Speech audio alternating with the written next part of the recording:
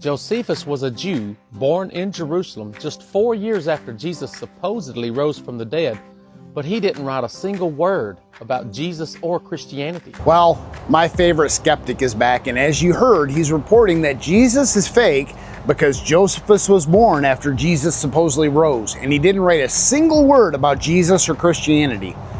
Well, it's an interesting theory he proposes. In fact, it's a lot like saying Abraham Lincoln didn't exist because you weren't at the Gettysburg Address, and the reporter who covered it was born a few years later.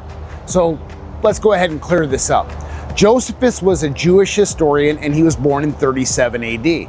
Yes, I agree that that is after Jesus' resurrection, but he did in fact write about Jesus twice. The more famous passage is called the Testimonium Flavianum. Now, yeah, I won't dispute that some parts of it were likely touched up by later Christian scribes, but even skeptical scholars agree that the core of the text, Josephus saying Jesus was a wise man, he was crucified under Pilate, and he had followers who claimed that he rose from the dead, is 100% legit.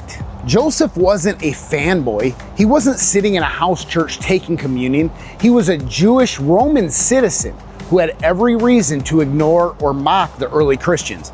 But instead, he confirmed their existence, their movement, and their belief in a resurrected Christ.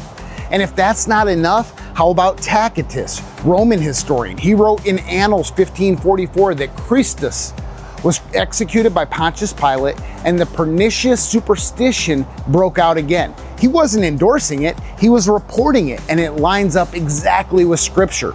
Speaking of Scripture, Acts 26:26, Paul tells King Agrippa, these things were not done in a corner. In other words, this wasn't some back alley hoax. The resurrection rocked the known world at the time. You couldn't just pretend it didn't happen. There was too many witnesses, there was too much change, and there was too much power in the truth. So brother, don't let one-liners on the internet shake your faith. If God can conquer the grave, he can handle bad history takes and crazy conspiracy theories.